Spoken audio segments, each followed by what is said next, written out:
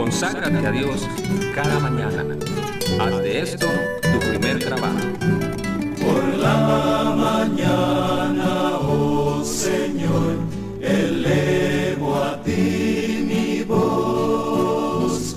A tu buen nombre doy loor, con gratitud mi Dios. Buenos días, Señor Jesús.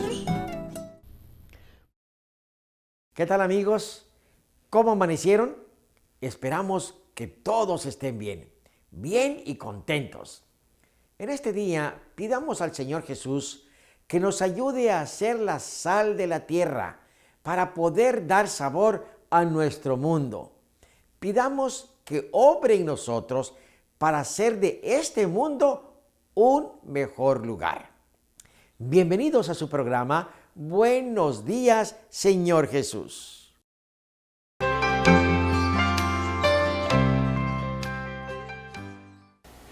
Mis amigos, ya pasó otra noche y la alborada de un nuevo día nos ilumina.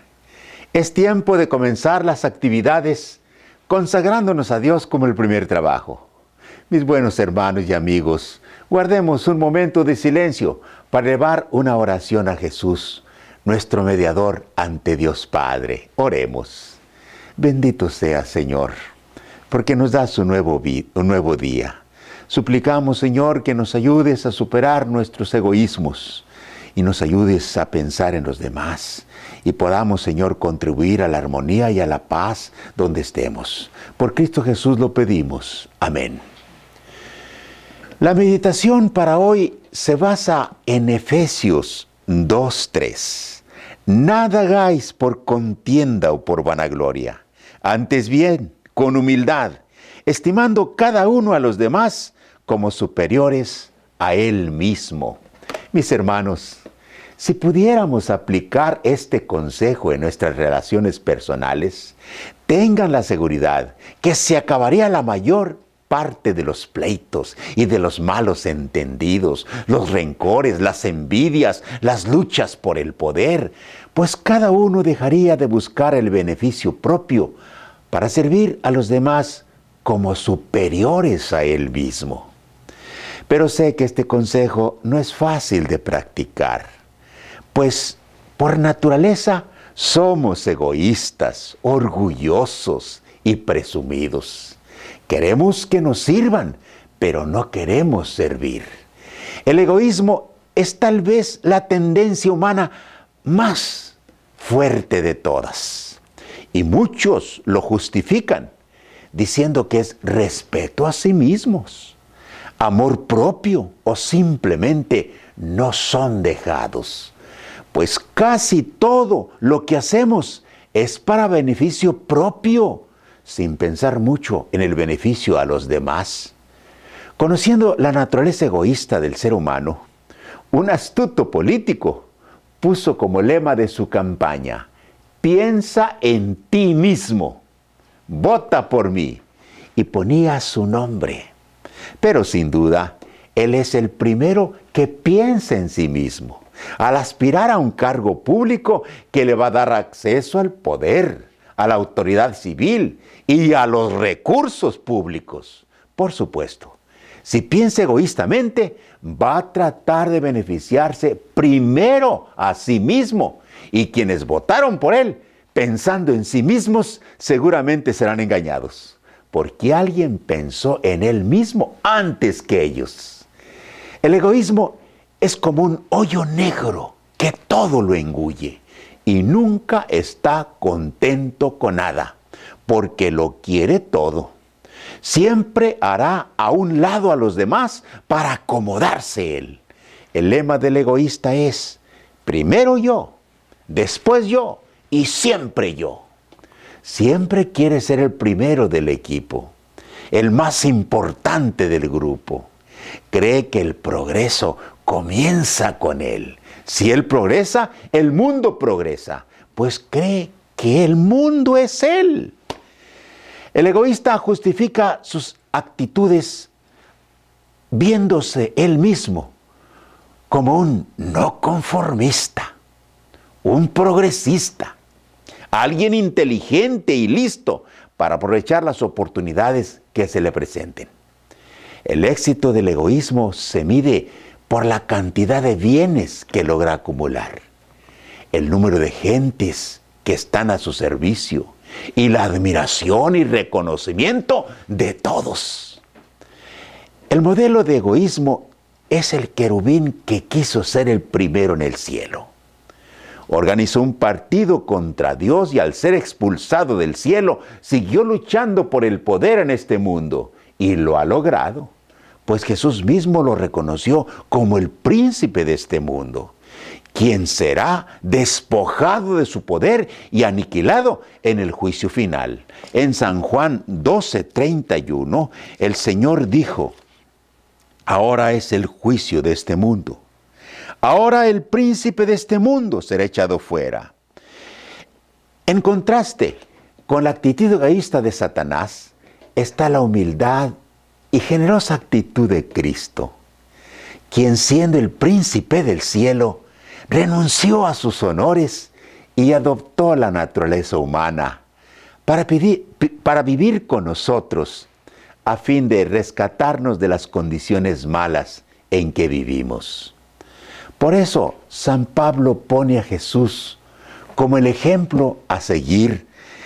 Leamos ahora los versículos 4 y 5. No mirando cada uno por lo suyo propio, sino cada cual también por lo de otros. Haya pues en vosotros este sentir que hubo también en Cristo Jesús. Sin duda que esto es pedirnos demasiado a los seres humanos egoístas por naturaleza, pues vivimos peleando por nuestros derechos y buscando nuestros intereses, sin pensar mucho en los derechos ni en los intereses de los demás. Pero si pretendemos ser cristianos, Jesús es nuestro modelo a seguir, y Él fue humilde y generoso cuando estuvo en esta tierra. Volvamos al capítulo en estudio. Ahora los versículos 6 al 8. El cual, siendo en forma de Dios, no estimó ser igual a Dios como cosa que aferrarse, sino que se despojó a sí mismo, tomando forma de siervo, hecho semejante a los hombres, y estando en condición de hombre, se humilló a sí mismo, haciéndose obediente hasta la muerte, y muerte de cruz. No es fácil entender la humillación de Cristo, quien en unidad con el Padre creó todas las cosas, pero estuvo dispuesto a unirse con la humanidad, tomando forma de sirviente, hecho semejante a los hombres, quienes fuimos creados a imagen de Dios, pero hemos sufrido una degradación constante, al grado de que no nos comportamos como hijos de Dios, sino como hijos del diablo, pues el maligno ha implantado en nosotros sus sentimientos egoístas, y el egoísmo nos lleva a la exaltación propia, al grado de desconocer los derechos de Dios sobre nosotros. Y es por eso que muchos se comportan como si Dios no existiera. Pero a pesar de todo, Dios vino a vivir con nosotros y, renunciando a sus honores divinos, nació en un corral y murió en una cruz como un criminal, y todo para pagar la multa del pecado y conseguir el derecho a perdonarnos, para que podamos recuperar lo que perdimos. Pero después de haber consumado la redención, muriendo como nosotros merecemos morir, Jesús recuperó sus honores divinos y de la humillación extrema fue exaltado al cargo de máxima autoridad en el cielo y en la tierra. Versículos 9 al 11. Por lo cual Dios también le exaltó hasta lo sumo y le dio un nombre que es sobre todo nombre, para que en el nombre de Jesús se doble toda rodilla, de los que están en el cielo y en la tierra y debajo de la tierra, y toda lengua confiese que Jesucristo es el Señor, para gloria de Dios Padre. Mi amigo y hermano, hay dos ejemplos a seguir. la humildad generosa de Jesús, quien renunció a sus honores divinos para entregarse a nosotros en un sacrificio de humillación extrema, muriendo como no merecía morir. El otro ejemplo es el egoísmo de Satanás, el querubín rebelde que ha luchado y sigue luchando por el poder y el control del mundo y mantiene controlada a la mayoría de la gente con el egoísmo que implanta en sus corazones. Que Dios nos ayude a seguir a Jesús en un mundo dominado por el maligno egoísmo. Oremos. Señor, somos conscientes de que tenemos una tendencia muy fuerte al egoísmo. Ayúdanos a pensar en los demás, a respetar sus derechos y amarlos como nos debiéramos amar a nosotros mismos. Por Jesús nuestro Señor lo pedimos. Amén.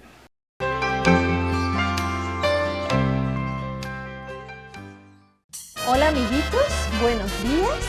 Les damos una bienvenida al Rincón Infantil de Buenos Días, Señor Jesús. Saludamos a los amiguitos que nos están viendo en casa. Hola chicos.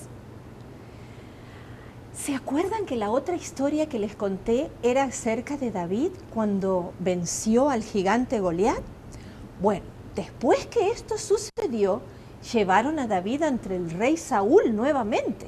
Y el rey Saúl estaba muy contento de verlo, lo felicitó por todo lo que había hecho y le pusieron a David un manto real. ¿Saben quién estaba ahí en el palacio? Jonatán. Jonatán había conocido a David y se habían conocido cuando eran niños. Y se habían llevado muy bien de niños, pero ahora estaba contento Jonatán de ver a David nuevamente. Así que se sacó su manto real. Jonatán era el hijo de Saúl, del rey Saúl. Se sacó su manto real y se lo puso a David. Era una señal de afecto y de admiración por lo que David había hecho.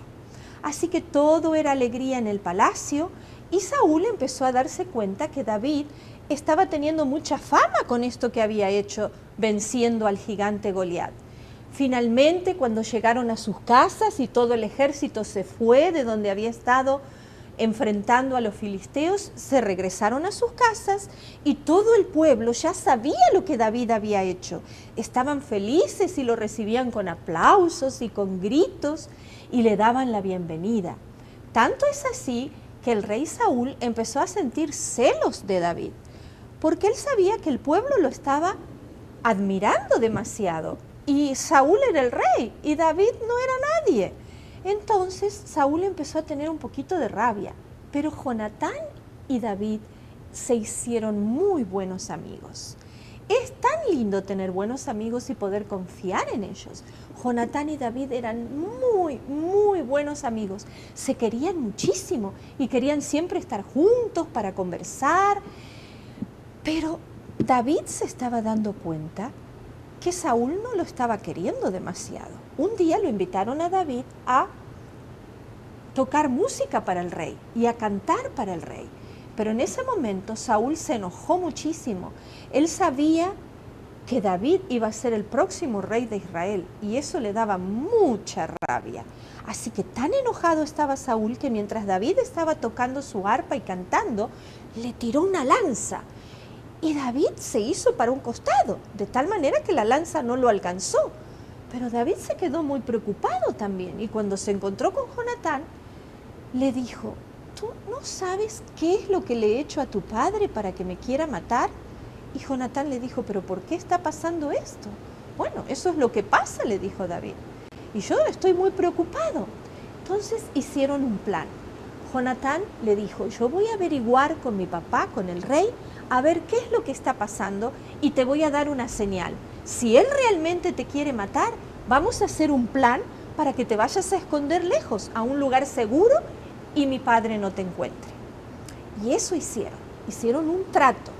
Entonces David se fue lejos a un lugar, lejos de la ciudad y se escondió tras unos arbustos.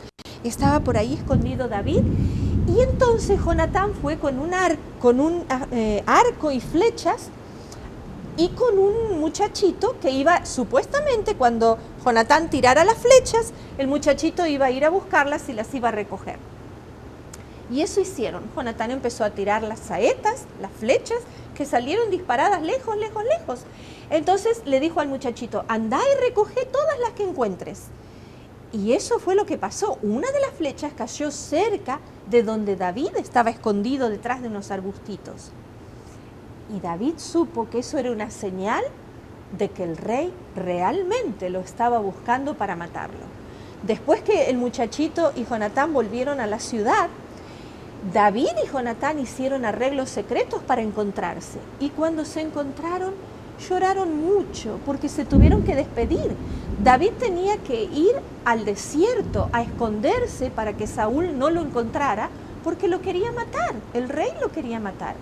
Y Jonatán y David se abrazaron fuerte, lloraron mucho porque ya no se iban a ver por mucho tiempo. Y se prometieron que siempre, no importa qué circunstancias pasaran, siempre iban a ser muy, muy buenos amigos. Y se hicieron una promesa. Se prometieron que cualquiera que de los dos que siguiera con vida por muchos años iba a cuidar a la descendencia del otro amigo. Y esa promesa siempre la respetaron. Así que se despidieron llorando y no se vieron por mucho tiempo. David tuvo que huir al desierto y fue con algunos otros hombres que lo estaban acompañando, huyó al desierto y se escondió en una cueva. Una cueva es como una casa oscura que está toda por debajo de una montaña. Se escondió en una cueva que tenía muchos recovecos y ahí se escondió David. Pero ¿saben una cosa? El rey Saúl salió con 3000 soldados a perseguirlo y lo buscaron por el desierto. Finalmente, Saúl solito fue a parar a esa cueva, a la misma cueva donde David estaba escondido con sus hombres. Y Saúl se metió en la cueva para ver si encontraba algo, no encontró nada y se quedó dormido. Entonces los compañeros de David le dijeron, ahí está, esta es la oportunidad en que puedes matar a tu enemigo y acabar con la vida de él. Y David se acercó a Saúl, que lo vio ahí tendido en el suelo, dormido, y lo podría haber matado, pero David dijo, no voy a hacer esto contra el escogido de mi Dios. Dios puso a este hombre como rey. Yo no voy a quitarle la vida. Solamente, ¿saben lo que hizo? Le cortó un pedacito de la túnica que tenía el rey con la espada y se la guardó. Al rato, el rey se despertó y salió de la cueva. Y cuando salió de la cueva y estaba un poco alejado de la cueva, escuchó que alguien le gritó y lo llamaban. Entonces se dio vuelta para ver quién era. Y aquí no saben quién era. David estaba parado en la cueva y se postró ante el rey. Lo llamó a Saúl y le dijo, oh rey, y se postró ante el rey. Y entonces le dijo, rey Saúl, yo no quiero hacerte daño. Estuve cerca de ti y te podría haber matado, y aquí tienes una prueba de que podría haberte matado, pero yo no te quiero lastimar, no te quiero hacer daño, no me persigas. Y le mostró al rey el pedacito de la túnica que le había cortado. Y el rey se avergonzó mucho y se puso triste y le dijo, oh, tú eres mucho mejor persona que yo. Te pido perdón porque te he estado persiguiendo. Prométeme que cuando tú seas rey, le dijo Saúl, le dijo a David, porque Saúl sabía que Dios lo había escogido a David para ser rey de Israel. Entonces Saúl le dijo, perdóname por lo que he hecho y prométeme que vas a cuidar de mi familia cuando tú seas rey. Por supuesto que sí, le dijo David. Y así Saúl se fue a su palacio, pero David se quedó todavía por un tiempo en el desierto. Esta historia nos habla de lo hermosa que es la amistad y de lo lindo que es tener amigos verdaderos que están dispuestos a dar su vida por nosotros, a cuidarnos, así como Jonatán ayudó a David y David ayudó a Jonatán. Los dos se querían muchísimo y fueron muy, muy buenos amigos. Ojalá que ustedes, amiguitos, también puedan encontrar buenos amigos con quienes se lleven bien y se puedan querer mucho. Vamos a despedirnos hasta la próxima historia y saludamos también a los amiguitos que nos ven en casa. Hasta la próxima, chicos.